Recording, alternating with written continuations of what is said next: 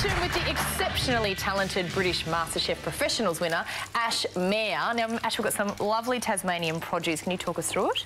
Yeah, I've got my salmon on here searing, which is going to go on top of the broth. Beautiful Huon salmon, farmed, and amazing you're telling product. us also that if you dry that skin, make sure it's really dry, that's how it goes crispy. Yeah, it's really important before it goes in the pan to make sure it's very dry, so it crisps up and it doesn't splatter everywhere. Can't be as well. slimy. Yeah, you don't want to put wet things in like hot frying pans. So, It's a stupid question to ask. Yes. I had a lot over the weekend. Huon salmon. What's the difference? Huon or Huon? It's where it's from. It's the company where they make it. It's so it's just the way that it's farmed. Okay.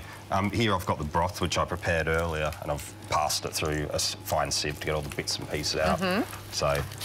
And what are you doing in there? You've got a few carrots? I've sautéed off a few little bits of vegetables. Right. That adds a bit of texture and a bit of freshness to the dish. Oh, there's that texture, Laurie, yeah, see? That texture is so important. Hoglin. It is important.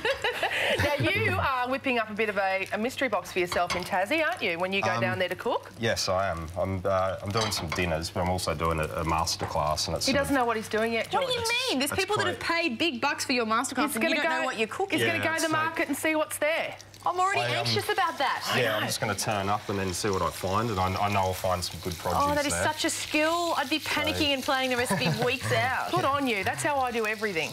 So good on you. I get it. Mums do that around the nation every night. This is it. Just rock up and see what happens. These mussels as well, I've steamed them in a little bit of white wine and then saved the juices that come out, and these are beautiful Spring Bay mussel.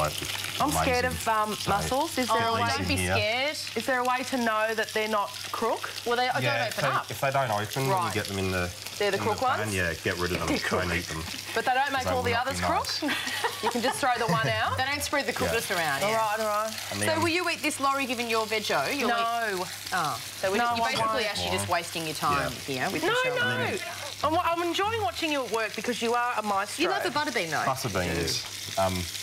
Yeah, it's a bit of a different sort of addition to the dish, but it's a very rich dish. So the butterbeans, they sort of calm it down a bit, and also adds a lot of body to it, a bit of creaminess to the sauce as well. Beautiful creamy beans. Okay. And you've got my prawns in here. So you've done the skin side down first to crisp that skin up. You want to cook it. You sort of not too hot the pan. You want it sort of.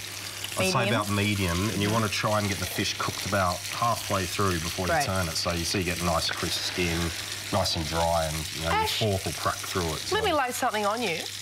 When I was eating meat, I did not devein prawns. You should. No! You're eating this thing. I don't care. You should devein prawns. Because it gives the bitterness, doesn't it? It did like to the prawn. Does it? Does it affect the taste? I never felt as though it did. It's just not sort of the thing you really want to eat. You know what I mean? Look, in Queensland, mate, we just chuck it in. And what's here? Just to finish off the broth, I just add some tomato concasse, which I've cut up nicely before. And that, again, adds a bit of freshness to the dish. Hang on, you just said something fancy. Tomato concasse. Concasse, sorry. What's that mean? That's a posh name for diced. Oh. Hey, we're at the circle here. Come on, pretty grounded. Oui, chef. This is my idea of, particularly this time of the year in Melbourne, starting to get a bit chilly. Looks delicious. Yes, this is going to warm the cockles of your feet.